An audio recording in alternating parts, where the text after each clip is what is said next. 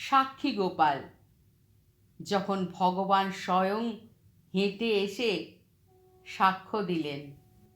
অনেক অনেক আগেকার কথা, যখন রেলগাড়ি বা যানবাহনের ব্যবস্থা ছিল না। তখন তীর্থযাত্রা মানেই ছিল মাইলের পর মাইল হেঁটে চলা, জঙ্গল পেরোনো এবং নানা কষ্ট সহ্য করা। উড়িষ্যা অঞ্চলের একটি ছোট্ট গ্রাম থেকে দুজন ব্রাহ্মণ তীর্থযাত্রায় বের হয়েছিলেন। একজন ছিলেন অত্যন্ত বৃদ্ধ ও ধনী, অন্যজন নবযুবক ও দরিদ্র। বৃদ্ধ ব্রাহ্মণের জন্য এই যাত্রা ছিল অত্যন্ত কষ্টসাধ্য। প্রতি পদে তার সহায়তার প্রয়োজন হতো। সেই নবযুবক ব্রাহ্মণ পুরো পথ জুড়ে এক আজ্ঞাবহ পুত্রের মতো বৃদ্ধের সেবা করল। তিনি তার বোঝা বহন করত, পা টিপে দিত এবং আহারের ব্যবস্থা করত। মাসের পর মাস যাত্রা শেষে তারা শ্রীধাম বৃন্দাবনে পৌঁছলেন। গোপালজি অর্থাৎ শ্রীকৃষ্ণের ভব্য মন্দিরে দর্শনের সময় বৃদ্ধ ব্রাহ্মণের হৃদয় কৃতজ্ঞতায় পরিপূর্ণ হয়ে উঠল। তিনি নবযুবকের হাত ধরে বললেন, বৎস, তুমি যে সেবা আমাকে করেছ তা আমার নিজের পুত্রও করতে পারত না। আমি তোমার ঋণমুক্ত হতে চাই। আমি গোপালজিকে সাক্ষী রেখে প্রতিজ্ঞা করছি, আমার কনিষ্ঠ কন্যার বিবাহ তোমার সঙ্গেই দেব। এই কথা শুনে নবযুবক হতবাক হয়ে গেল। সে বিনীতভাবে বলল, বাবা, আপনি উচ্চকুলজাত ও ধনী, আর আমি একজন দরিদ্র ব্রাহ্মণ। এই সম্বন্ধ আপনার সমাজ ও পরিবার মেনে নেবে না। আবেগের বশে এমন প্রতিজ্ঞা করবেন না। কিন্তু বৃদ্ধ দৃঢ়ভাবে বললেন, আমি যা বলি তা করি।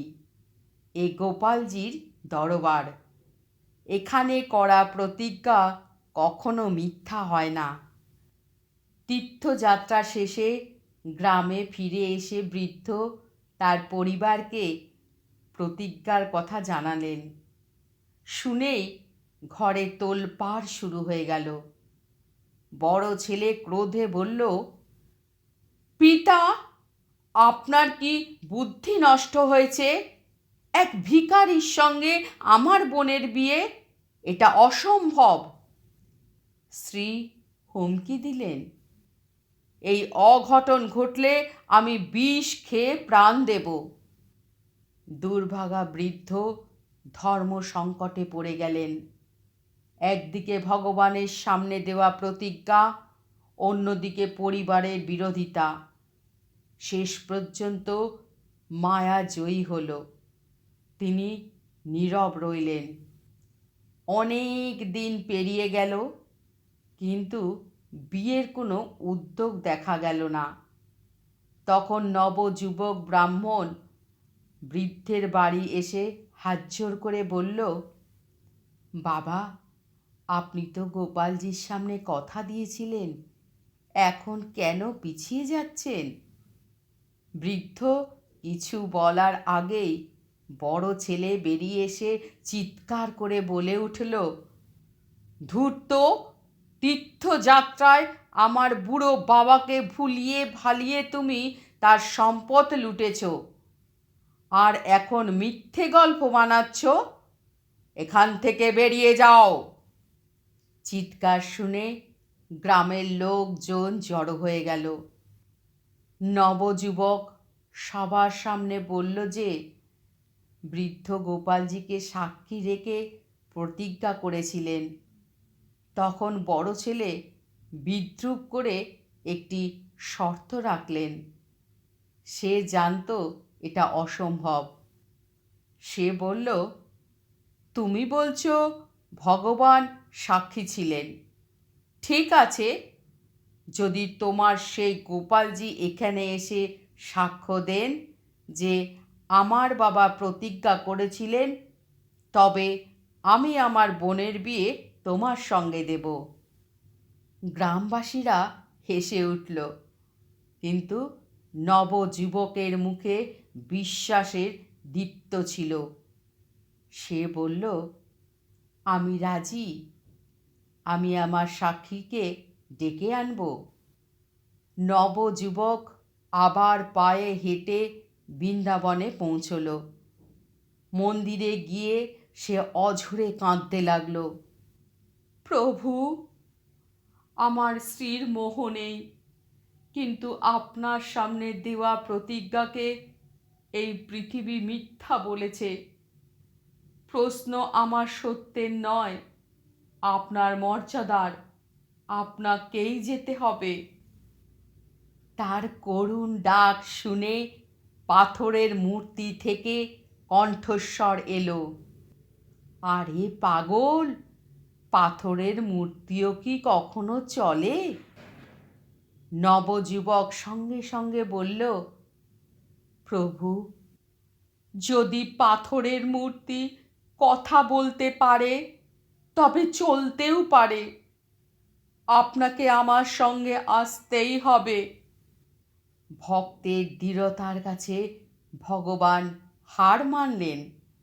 গোপালজি বললেন, ঠিক আছে, আমি আসব, কিন্তু আমার একটি শর্ত আছে। আমি তোমার পেছনে পেছনে চলব। আমার পায়ের নুপুরের শব্দে তুমি বুঝবে আমি সঙ্গে আছি। কিন্তু মনে রেখো, যেখানে তুমি পিছনে তাকাবে সেখানেই আমি থেমে যাব। যাত্রা শুরু হলো। আগে ভক্ত, পেছনে ভগবান। মাইলের পর মাইল নূপুরের ঝংকার ভক্তকে আশ্বস্ত করছিল যে তার ঠাকুর আসছেন। দিন গেল, রাত গেল, তারা উড়িষ্যার সীমানায় পৌঁছলেন। গ্রাম কটকের কাছে বৃন্দানগর, আর বেশি দূর নয়। পথে একটি বালুময় প্রান্তর এলো। বালিতে চলার কারণে নূপুরের শব্দ চাপা পড়ে গেল। হঠাৎ ভক্ত নিস্তব্ধতা অনুভব করল। সন্দেহ জাগল, প্রভু কি থেমে গেলেন? তিনি কি ফিরে গেলেন? গ্রামের সীমানায় এসে উৎকণ্ঠায় সে শর্ত ভুলে গিয়ে হঠাৎ পেছনে তাকিয়ে ফেলল।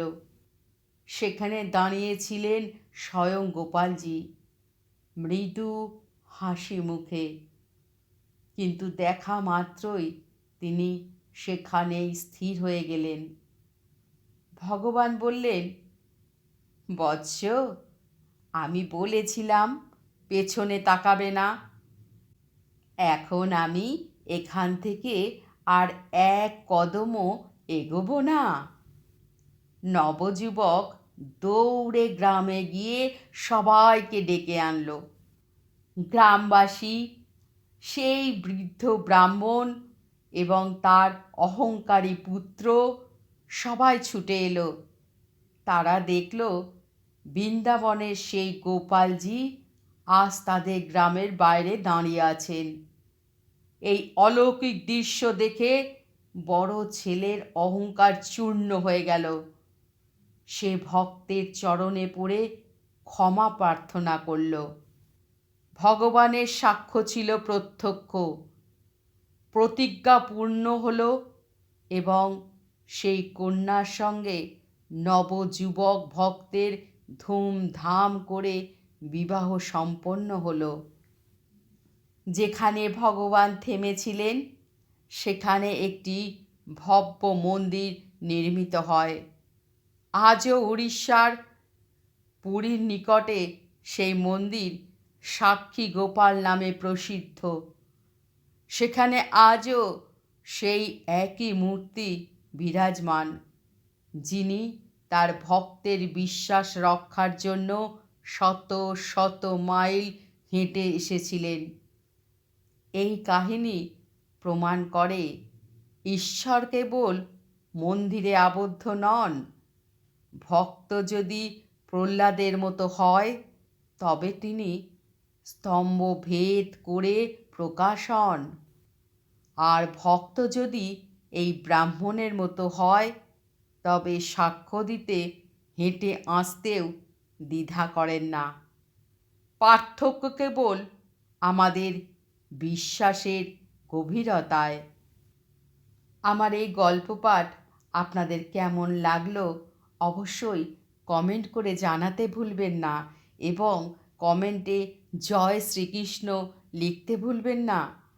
মনে ভক্তি রাখুন, সবাইকে ভালো রাখুন, নিজে সুস্থ থাকুন, ভালো থাকুন।